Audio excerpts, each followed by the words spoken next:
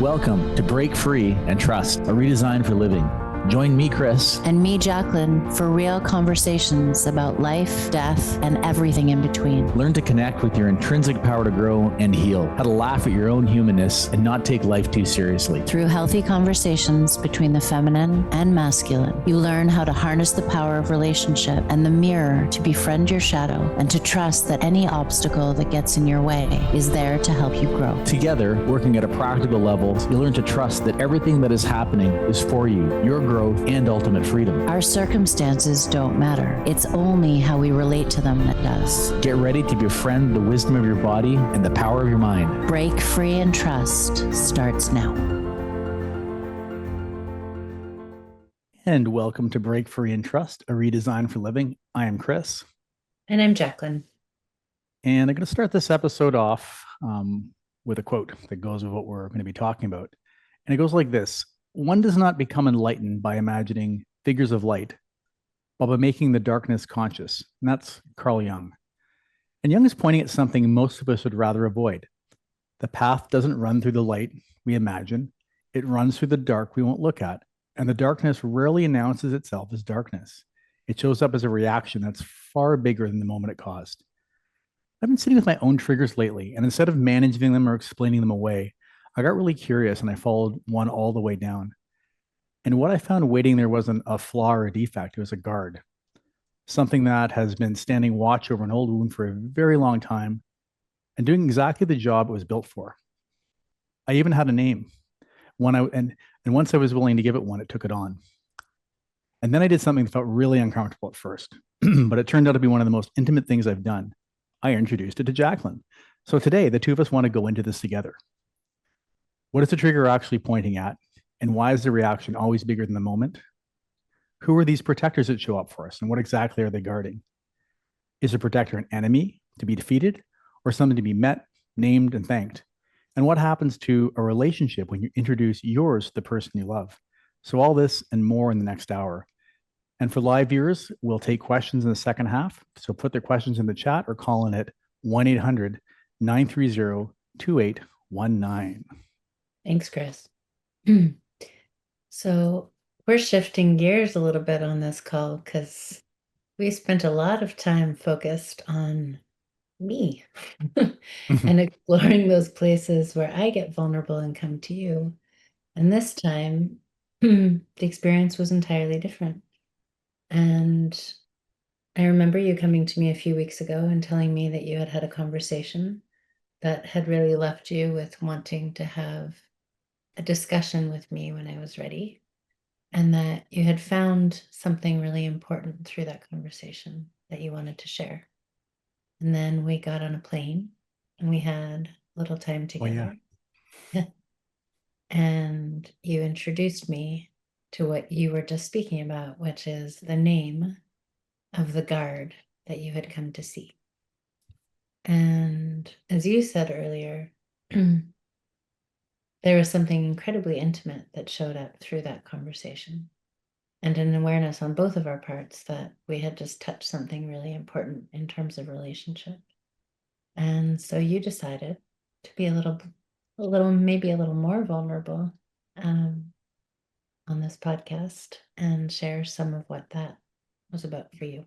So do you want to introduce us to what you figured out or what you found?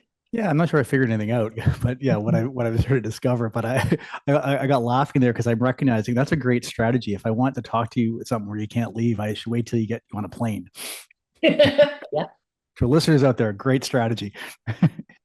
Except our plane ride was only just over an hour, so you didn't have much time. Perfect. And there were some free seats, actually. All joking aside, it's maybe I'll back up and as we get into this, just what the impetus was for me to start exploring this. Done lots of work on myself over the last several years, and some of the stuff we've shared on this podcast, and I don't get triggered a lot anymore. I mean, I'm human; I get triggered, but it's not as nearly as frequent as it used to be. Say even 5 or 6 years ago, and I started noticing, particularly in this past year, that the triggers I was having had a certain flavor to them. They were generally around the same thing.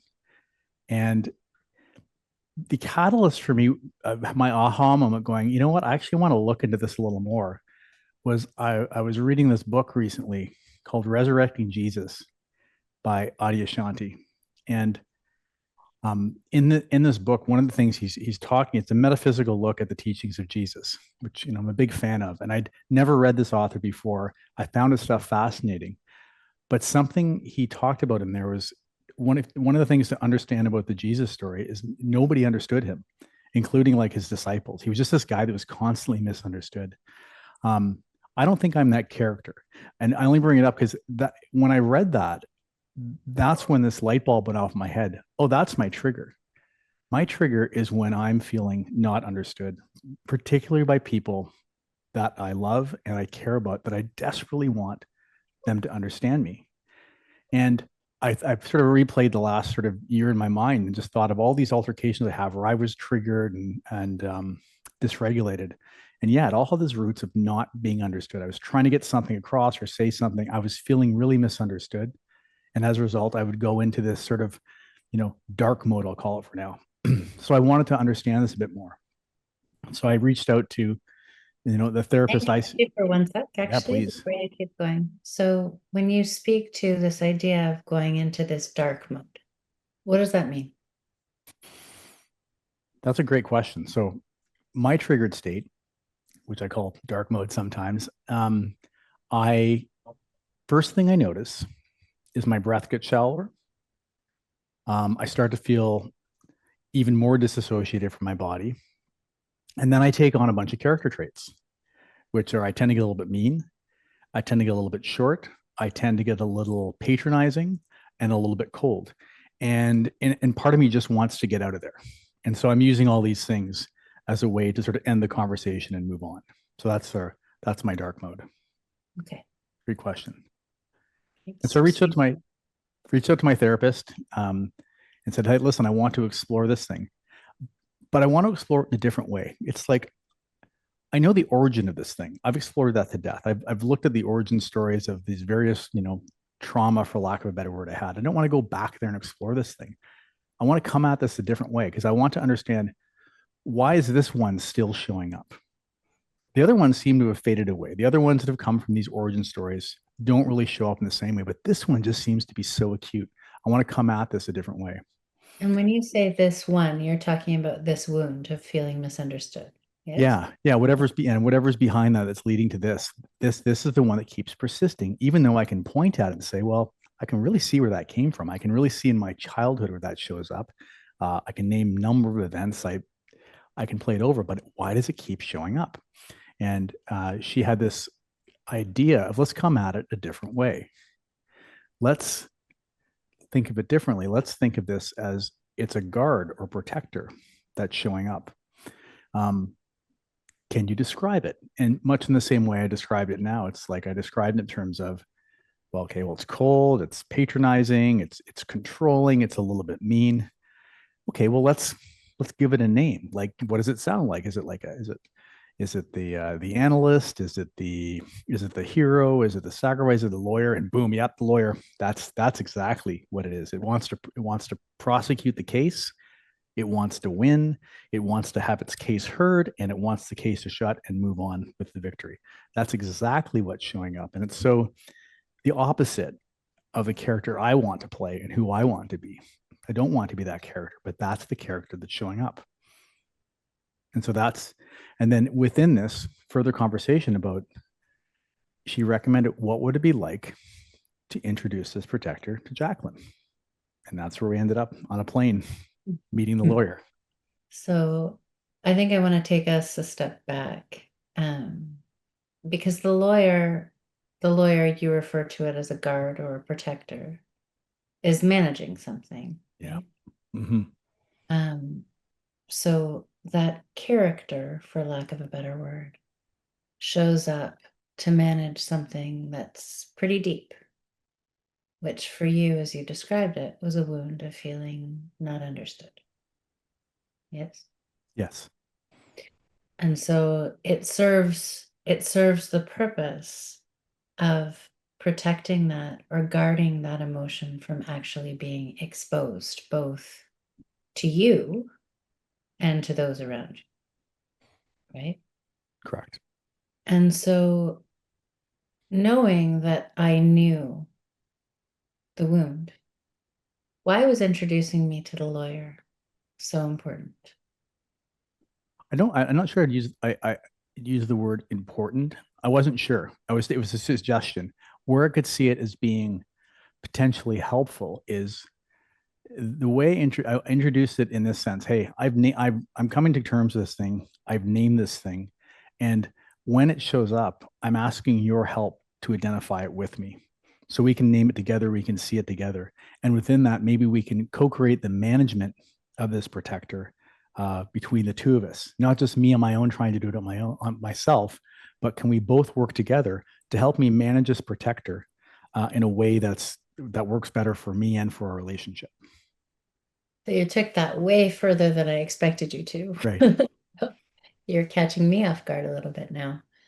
But what I'm hearing in that, and what I really felt in that conversation, was I'm aware that there is a part that I play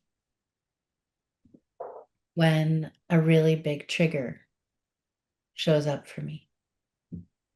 And I want to expose both why it's showing up and what it looks like so that you and I can figure things out together. Yes? Totally. Yeah. And it's really specific to situations that, again, it's not something that like I think the event is not being understood, but the wound lies belief that. Like, I'm more than happy to be not understood by almost everybody. And there's lots and lots of people out there that understand me. I don't care if they do. It's not necessary. I'm fine with it. It's but it does matter when it's you. It's my father. It's our kids. That's when all of a sudden the event of not being understood drives deeper into something like a fear of rejection, that dives deeper into something like, I'm not safe here. I'm not safe. I need to do something about this, but only with people that I have this very strong, loving relationship with. Nobody else. It doesn't show up anywhere else. Why And do you that's why think it's so critical to deal with you. why do you think that is? That it doesn't show up with anybody else? Why does it only show up with the people that are closest to you? I think it feels very tribal for me. It really does feel like there's a like I'm comfortable and feel safe in my family unit and my close tribe. I don't feel a need to belong in any way to some bigger tribe, but that safety is important. If I'm guessing at why that is. And so when you shared that with me, what happened for you in that moment? I can share what happened for me, but I'm curious just to keep eyes on you for a little bit or ears on you for a little bit. Mm, What happened for you in speaking to the characteristics of the lawyer? yeah. Well, and to be honest, like the first thing I had to overcome was my fear of being misunderstood. Right, talking about my fear of being misunderstood, I had a fear of being misunderstood in this whole thing. Wasn't going to be able to articulate it in a way that was going to be helpful, or was I going to say it was I going to say it in a way that would trigger you? uh, all of these things are going through my mind, so I had a bit of anxiety and apprehension in even doing that, because the doing it was the fear itself. So that's part of what I had to overcome. And so just staying with you for now, Yeah. how did you manage that fear? How did you find the courage to recognize that that was there for you and to step into the conversation anyways? Predominantly because it wasn't my own idea. And this sounds counterintuitive. Is this like I'd gone through the process of I've identified something, and instead of saying I'm going to try to find us, I'm going to try to intellectualize a solution for it. I reached out into the universe, in this case through a therapist, and asked for guidance. And when that guidance came through, it felt like it was coming from a higher place. And so that in itself gave me sort of the courage or the faith to, like, I'm gonna this is a fear, but I'm going to push through it. I feel it's coming from that place. And And anytime I've done that in the past, it's always had a good outcome. okay. And just so our listeners are clear, because I think this piece is important, it's not because it came from a therapist that you felt comfortable No. speaking to it. It's because what came from the therapist felt really aligned with what was true for you. Yeah, that's a really good point. And again, it's a thing I'll say. It didn't come from me, right? It didn't come from my thinking and my own conditioning that was also intertwined in this sphere itself. Okay. And so I just want to speak to what it feels like a little bit on the receiving end of Yeah. the introduction to this conversation, because I think, well, I know it's really important, which is when Chris came to me with this, he came to me with vulnerability. I've been exploring this with my therapist, and she recommended that we explore it together. Would you be willing to have a conversation? So already he had set me up in a place where my heart was open, right? I wasn't defended. I wasn't ready to attack. I was ready to listen because something was really important to him. And as it started, and he shared some of this piece around not being understood, a part of what happened for me was a deep desire to understand, which was then to ask a bunch of questions. Right? And I say that because when we, in relationship, whether it's friendship or it's partners, when even with our kids, when we come together to have important conversations, whatever we can do to create an arena that feels safe and disarming is going to make these conversations so much easier. If Chris is coming to me with, there's something really important and deep that I want to explore, will you give me your listening and have a conversation about it? I'm going to be much more responsive than the lawyer showing up, letting me know that I didn't understand him. And for all of these reasons, X, Y, and Z are going to happen. You're not going to get the same response. And so I'm sharing that because I think the setup is actually really important. Lots of people often say to us, well, that's great. You guys have this kind of relationship, but what happens when that kind of relationship isn't there? Well, the setup is really important because it creates the potential for deeper listening and communication. Yeah. Yeah, and I would even go further and say the setup wasn't performative in the sense that some can be. Is like I with all authenticity, I'm recognizing this trigger resides in me from something from my experience, my path that's then getting projected onto you when this happens. So I was legitimately saying, I want to explore this thing that's in me. There's no part, the performative vulnerability. It was Yeah. true. And my intention wasn't to say it was performative. It was just to set things up because we're often asked, well, how do you do that? Mm, Well, this is a piece of how we can do that. For you, it was natural, but in many situations, especially as we move into conversations that are really vulnerable or can be really heated, the setup is actually really important. totally. Yeah. And Yeah. I guess yeah. And I think the point I did make the point well. The point I was making is you actually have to believe you want to do this work yourself, Yeah. right? 100%. You're actually looking to change something within you, not the other person, and you got to be legitimate about that. Yeah, absolutely. So, what did it feel like for you ultimately to share what the lawyer looked like and how he showed up and how you wanted partnership around meeting him when he showed up? Yeah, I mean, much like you alluded to, your response to it was so open and so willing and so curious that it immediately any anxiety or fear I had around discussing this went away. And then in that moment, for sure, it just felt like, oh, I'm like, it's almost like I'm dropping this sort of weight I've been carrying around without even knowing it. This character, this protector we call the lawyer, is now is now not hiding somewhere in me that emerges in the relationship once in a while. This lawyer is now part of the relationship. This lawyer has come in, he's been identified, he's been introduced, and I'm sure he'll be back, but the context that he'll come back in will be very, very different. And we can then work together to understand what's the lawyer protecting? What's actually going on? I don't have to do it alone. I can do it with you in the sort of this union. So it creates a tremendous sense of relief in dropping this weight, relief in overcoming the fear of discussing something that feels very personal, and then finally, just as it all settles in, this forward-looking view that has even more peace in it. And I'd just say on my end, you spoke about when you get triggered, and we should come back to have a conversation about triggers in general. Yeah. When you get triggered, some of the behaviors or attitudes or whatnot that show up are cold, they're patronizing, they're mean. And what happened for me in that conversation, when I was able to meet this character that you describe as a lawyer, what I was able to actually understand is, oh, okay.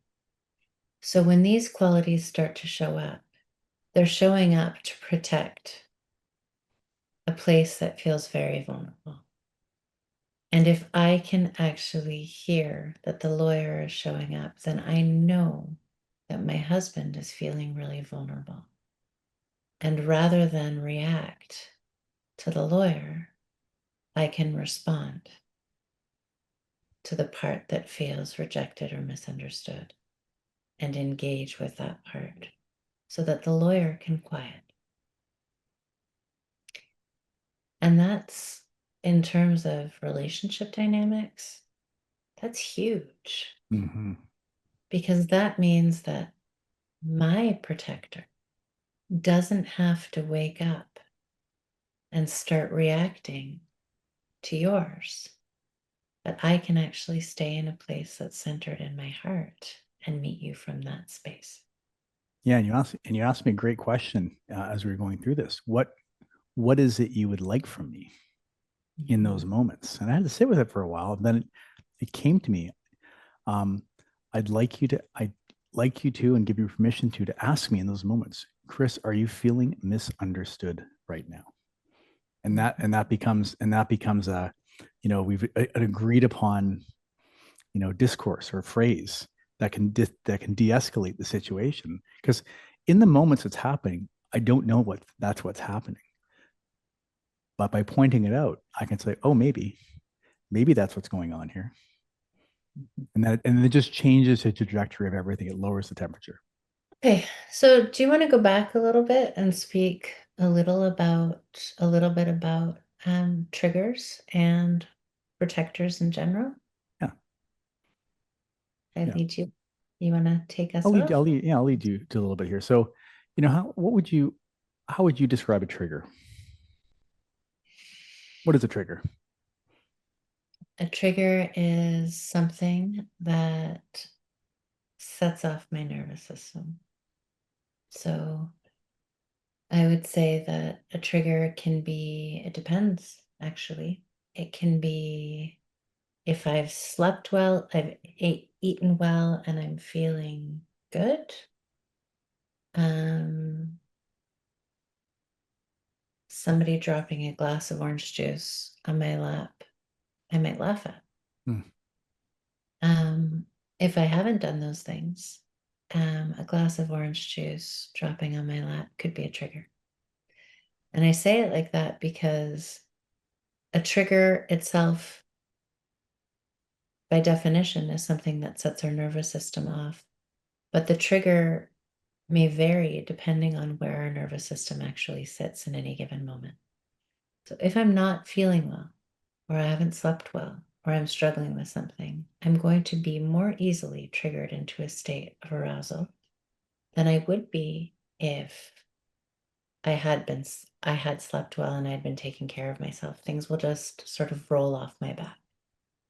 But if that's not the case, I'm going to get reactive. And reaction in my body looks like my heart starts to race. I start to feel hot.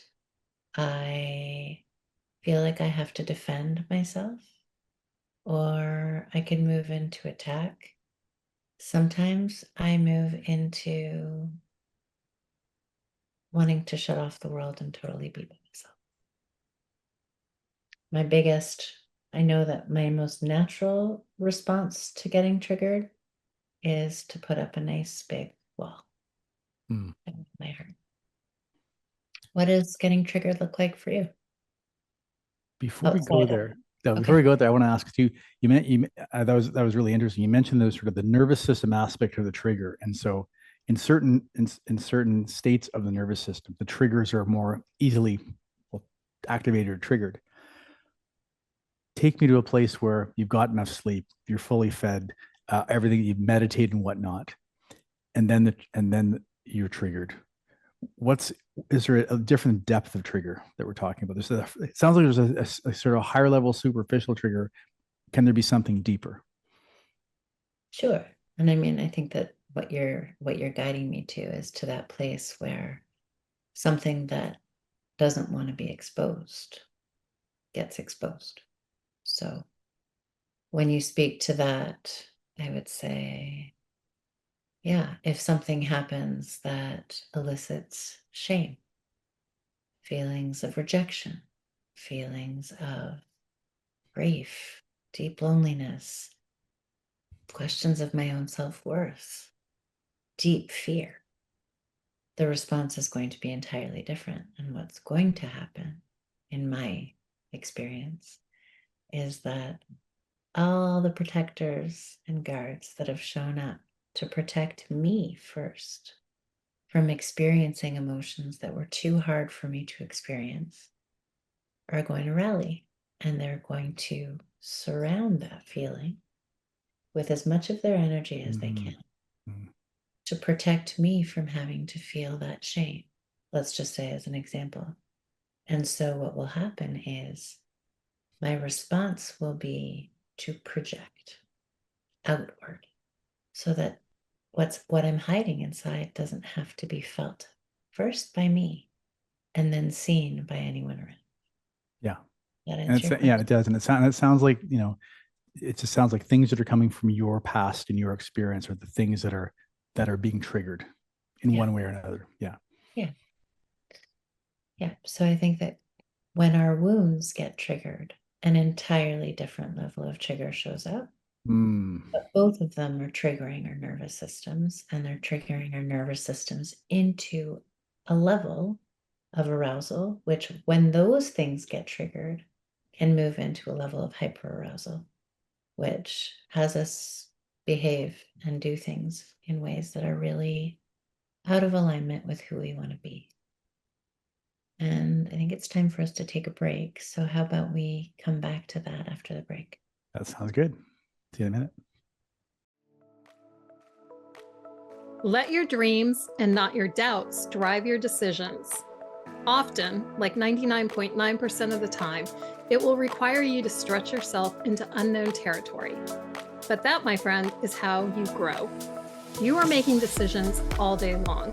Decisions about what to eat, what to wear, who to call. Decisions about how to spend your time and who to spend it with. Or how to spend your money and what to spend it on. If just for today, you stopped before every decision and checked in with yourself and let your dreams lead the way, what would change and what could be possible for you? I'm Beth Larson, host of the Flourish Frequency Show. Join me every third Thursday at 11 a.m. Pacific Time, or visit my website, bethlarsoncoaching.com, for archive shows and more information to tune you into your personal Flourish frequency.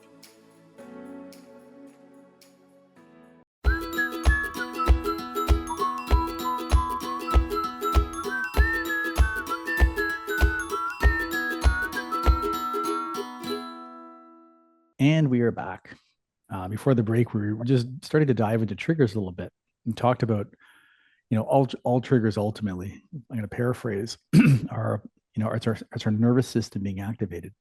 Some of them are potentially, more superficial, that are related to the amount of sleep we've got, what's happening right now in the moment, our anxiety, but some of them run much deeper. And these are the ones that are coming from potentially some of our own personal woundings, and it's where the protectors remain hidden.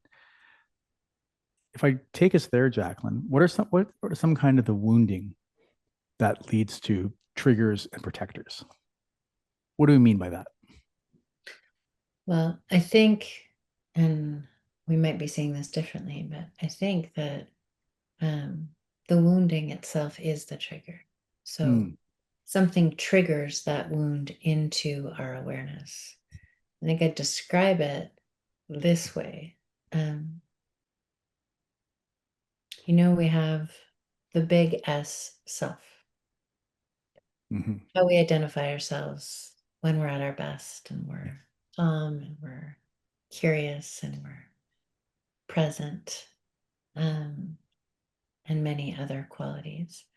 And then we have these places where parts of us get activated, wounded parts of us get activated. And when those pieces of us get activated, something else shows up entirely. And it's then that those, in IFS, we call them managers. In your language and in the language of your therapist, we're calling them protectors and guards. But essentially they are, it's the bouncer that's showing up to protect the heart. Am I answering your question or not quite? Yeah, and I'm just sitting with it. So, an external event happens, and it triggers. It's the trigger for activating some part of us that has been wounded in the past that's now being pulled into the present. Is that sort of what you're saying here? Yeah. I mean, I'll speak it in a way that I understand it in this moment, and I could probably hold it in many different ways at different times. But essentially, in our active experience, in what's happening in our day-to-day life, when something triggers us, it's almost as if that part that gets triggered pushes our big ass self out of the picture. And all of a sudden, what we're interacting with is a trauma part, a wounded part, a core wound that's showing up with all of its own qualities, that's rooted in the past. And what happens when it comes present and pushes the main personality out of the way is that we stop acting like ourselves. We don't have access to the same parts of ourselves anymore. What we have access to is this wounded piece. Yes. And the protector that's coming to take over to make sure that it's safe. Yeah. Yeah. So my example where I started with this, I have this not being understood by certain people becomes this triggering event that brings in the protector. And the protector is coming in because there's a part of me that's now feeling fears being abandoned. It doesn't think it's safe. So it's starting to take over to create the safety that it wants for the environment. It shows up in order to protect the little boy from having to experience the level of terror that he would experience if rejection and the fear of rejection and abandonment were to completely take over. Yeah. And so the manager comes to be a buffer for the ego so that it doesn't have to experience that. Yes. And, if I think about you, before I sort of took us back and the triggers you're asking about some of mine, and I talked about this, this particular one of not being understood. But if I go back a few years, one of my main ones, which had been hidden for a very long time for me, was a need to control my environment and everything around. And I'd sort of, without unwittingly, set up my life controlling everything, right? That was the way I felt safe. There's something within me from my childhood that said, listen, you are not safe unless you're in control of your environment. And as life happens, you're not really ever in control of my environment. I never was. I think I was under this illusion. And as my environment started getting less and less controller, not only did my protector show up, but I think in IFS they call it the firefighter shows up. Yeah. And the firefighter will do whatever it takes to put out that fire, including taking the building to the ground, just covering everything with water, destroying everything to put it out. And that's what happened to me. And it's like it happens to many people that go through things like addiction or whatnot. The firefighters come in and burn it, and it gets burnt to the ground in that process. And I'm so happy that you brought up the idea of addiction there, because really what the firefighters are doing is when that core wounding or that deep fear, the deep shame, the fear of abandonment, rejection, whatever it looks like, starts to poke through. And it's not protected enough by the manager. The firefighters are going to show up to try and calm it down. And this is so primal. Like, our brains are programmed to move toward pleasure and away from pain. And so this is like, this is a primal piece within us. And in order to be able to tap into or break free of the shackles that we put on ourselves, at some point in our lives, we are going to have to take a look at the core wounds that are actually driving everything we do. And this is what we're talking to. So you were talking about Jung's quote at the beginning, and it's in those dark places that we find freedom, because it's in actually embracing and meeting with, sitting with that fear of rejection, of abandonment, of shame, whatever it is, that we're able to actually alchemize it into something that's no longer having us turn away, but rather has us turn toward ourselves. Mm-hmm. Yeah, and you think of the process, or you want to say more there before I go in? But yeah, I was just going to say, and the beauty of what you and I did, thank you to your therapist for that guidance, is that we don't have to look at these pieces of ourselves alone. And when we're able to expose these places within us to the people that we really love, rather than hiding in shame, we're actually able to meet each other in these places and invite, as you invite me into that place in you, it gives me permission to say, hey, you know what? I have a core wound too. And my protector or manager looks like a people pleaser. Mm. So when you see me doing X, Y, and Z, can you call me into what might be lying underneath it, which might be a fear of rejection? Right. Right. And then as we communicate like that, we get to see that we're actually all operating in very similar ways, working so desperately to protect places in ourselves that actually are often mirrored to us in our lives by people we care about the most. And when we can do that, we can take like our boxing gloves off and start talking to each other's hearts. Yeah. Yeah. And the key in there is like this isn't something that just you and I have. This is like the general human condition. Yeah. We're all composed of fears, limiting beliefs, protectors, firefighters. They all exist in there in some level or another. And the whole goal is to find a way to integrate all of these parts of us, yeah, into the bigger S self, right? Which, when it's operating, we show up as creative beings. We show up with clarity and curiosity and compassion, rather than operating from these other places. Yeah. And again, this idea that I was very motivated to want to look into this because I've looked into so much of this in the past, and I know it comes out on the other side of this. The more you integrate the darkness or the protector or understand the wounds and the fears, the more freedom that exists on the other side of that doorway. And so when I kept noticing, and it's not very often I'm triggered, but it seems to be the same thing. Well, here's my choice. I can go out there and try to make sure everyone understands me, which is impossible because I have no control over how other people's brains work or how they see me. Or I can do the work and I can try to pull into the light the thing in me that is being protected or being hidden from me. And from that, my belief was I'll even get a greater sense of freedom on the other side. So much of the 12 steps, for example, is exactly that. Someone comes in, comes into a program because effectively they've been using drugs or alcohol or something to manage their central nervous system.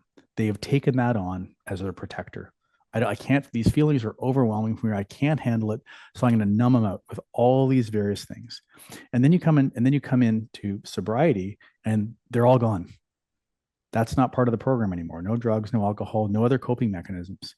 And that's the place where you also need to surrender this idea that you know how to go and control the environment to make it work for you, because that's not worked. And you go in this full surrender. And the very first thing that happens is you go and try to look at the pieces that you've hidden in the dark and bring them into the light and try to integrate them, much like we're talking about here. So I'm just going to break that down one more time, okay? Because the language is important. So you come into a program, and what you recognize is first, the firefighters need to be called down. Yeah. At that point, the firefighters are now running your life. And so the firefighters are forced to the side as sobriety is called forward. Right? So I can't mask with drugs and alcohol anymore. That's or scrolling, whatever the addiction looks like, it's put to the side, which then means that I'm actually forced to experience the protectors. And so for you, in your example, one of those protectors was a controller. Yeah. In your example with me, it's the lawyer. But your controller showed up really loudly for you. Yeah. The controller and the achiever. Okay. So the controller and the achiever shows up really loudly, and neither of them really matter so much in the realm of getting sober. What happens is you start to see how they play themselves out, but they're not the answer. The answer lies beneath the behaviors that you've learned in order to protect what feels like, it's the center of the center, and you're protecting it with your life. But the only way into healing as you move through sobriety is to have to look at what it was you've built a life protecting. Yeah. And what you're speaking to is the center of the wound, right? And as we've spoken about so many times, there isn't one of us that goes through life without having a wound. How it shows up in our lives is totally dependent on all kinds of circumstances. But the wound itself is common to all of humanity, is it not? Yeah, absolutely. Yeah, it's all part of our unique upbringing, our unique family situation, unique societal situation, and it's all a collection of belief systems and fears, and each one has a different one. That's it. And it exists across time and space and across cultures. We all have an adventure to go on in this lifetime, right? And that adventure is really to the center of ourselves. Yeah. And freedom, and all of the movies that we watch about the hero, freedom ultimately looks like making our way to the center of that center and not turning away.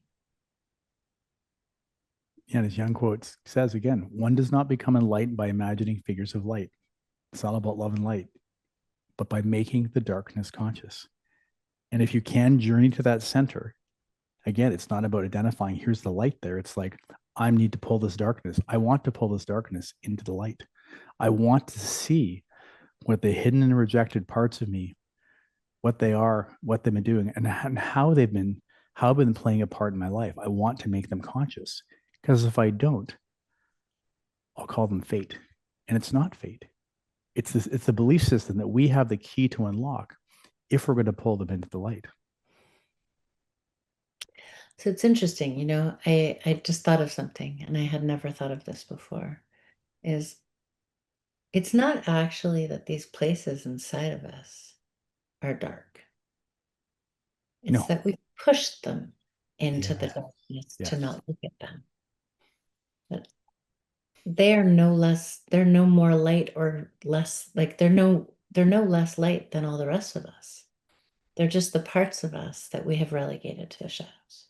You said such an important thing there. I got the tingles when you said it, because that's real point clarification. These aren't the good parts and the bad parts. These are just the parts. And I even go further. Those parts of us that have been in the dark, that may be obscured from ourselves, we needed them to survive. One way or another, they've gotten us here. And this isn't about vilifying them, making them bad, rejecting them. We've been doing that our whole lives. That's why they're hiding. They're hiding because they feel they'll be vilified, rejected. And it's bringing them out to life and looking and say, okay, the lawyer, there you are. Thank you. I understand the role you've been playing my entire life. There may be still some need for you, but you can sort of stand down now. I see you. I thank you. I integrate you. I love you. But you don't have to hide anymore. Just be out in the open. So I want to qualify something there, because it sounds like maybe I'm misunderstanding you, or maybe our language is just a little off, which is the lawyer itself isn't hiding. The lawyer actually has learned how to be quite present. What's hiding is what the lawyer's protecting. Right. What's hiding is the shame.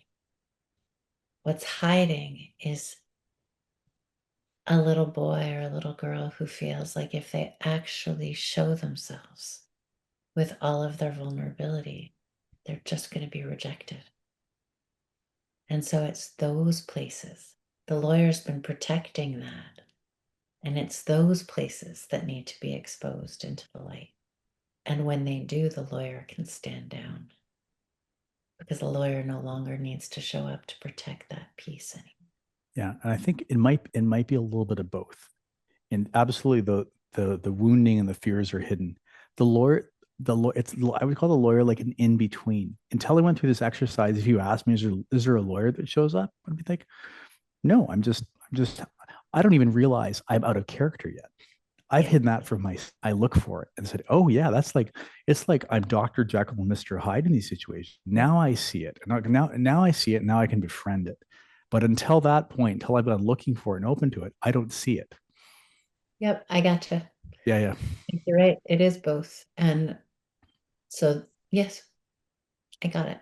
Thank you for that clarification. I just thought of it now. So When you recognize that that's a part of you, right? This part of me shows up, and this part of me is a lawyer. How does recognizing that? because I believe it's a great question. I believe it's the conditioned part of me, but it's not me. What I am is, like, as we talk about, is that the self with the capital S, or that authentic self that has a way of being. And this is part of the smaller self, the conditioned ego, that plays a different role. And the conditioned ego isn't who I am, even though I may have tried to identify with it. It's not who I am, and it's very malleable and very changeable. And you can certainly minimize the impact it has, because it is a survival mechanism, not a thriving mechanism. That's why I say it's a part, because it may no longer be needed, but it's actually not who I am. And I think that in both in our own individual awareness and then in our collective awareness, and when I say collective, I mean you and I in this moment, when we can own that this is a part of me, we'll use the lawyer again. Yeah. The lawyer is a part of me, but it isn't all of me. And its purpose here is a survival instinct, which means that I'm in distress. Yes. So when this part of me shows up that makes you want to run in the other direction, recognize that I'm in distress. I'm not myself right now. And can you meet me in the distressed place instead of reacting to the protector itself? Yes. And that, we got to see how powerful that was in our interactions. And we meet each other in these places all the time. And we've done this work for a long time, and we're still learning and growing in this work. The idea of, for all of you listening, to be able to recognize that if somebody you love, even if somebody you care about, is operating in ways that are not aligned with who you know them to be, then most likely their system is in distress and they're working to protect something that they don't know how to manage, or that they've learned how to manage by controlling their environment, or by pleasing, or by doing a number of other behaviors. But they're not doing it because they want to be. And when we can have compassion for each other in those moments, our conversations can change dramatically. Because if one person in a relationship is able to recognize that the other person has been triggered, then that person can hold a steady heart-centered space instead of one that also gets defended or wants to attack. And we can meet each other in a much different way. Yeah. And it's, in a sense, and you alluded to it earlier, it's what the protector is doing is protecting you from feeling the feelings associated with what's happening. Is it thinks you can't survive it. For whatever reason, it doesn't differentiate between what's psychological and what's real. It just thinks you can't survive this. This is too much. So I'm going to come in here and I'm going to distance you from it and prevent you from having to feel those feelings. And as you said, if you're this is why it's such powerful partner work. Because as you and your partner get to know each other and you recognize the protector comes up and you don't get triggered by the protector, which is a big deal, then you can say, I'm here to feel these feelings with you. I am, in our case, I am sensing you're feeling misunderstood. Let's sit with this together. We don't need to run from it. And then the alchemy happens in there. And if we both get triggered, this is a rule Jacqueline and I have. We're pretty good at following, not all the times, but if we recognize we're both triggered, let's just stop the conversation and go somewhere else, because it will never go anywhere productive. And then you come back. Right? Mm-hmm.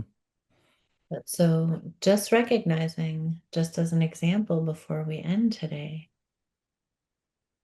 how does the protector show up for you? For Chris, it looks like a controller. For me, it looks like a people pleaser. For a dear friend of mine, it looks like perfectionism. It could look like the achiever. The achiever, hypervigilant. The hero. Yeah, all of them. How does it show up for you? And what would happen if you named it in relationship? And let us know. If you play around with it, let us know what shows up. And please, if you do this, do your best to choose somebody who feels safe to you so that you can explore this with curiosity. Perfect. And we'll see you in 2 weeks. All right. Have a good one, everybody. You've been listening to me, Chris. And me, Jacqueline, on Break Free and Trust, a redesign for living. Tune in every second and fourth Monday at 3 p.m. on Transformation Talk Radio for more real conversations about life, death, and everything in between. Learn to connect with your intrinsic power to grow and heal, how to laugh at your own humanness and not take life too seriously. Through healthy conversations between the feminine and the masculine, you will learn how to harness the power of relationship and the mirror to befriend your shadow, and to trust that any obstacle that gets in your way is there to help you grow. For more information or to connect with us personally, visit theway-healing.com. That's theway-healing.com.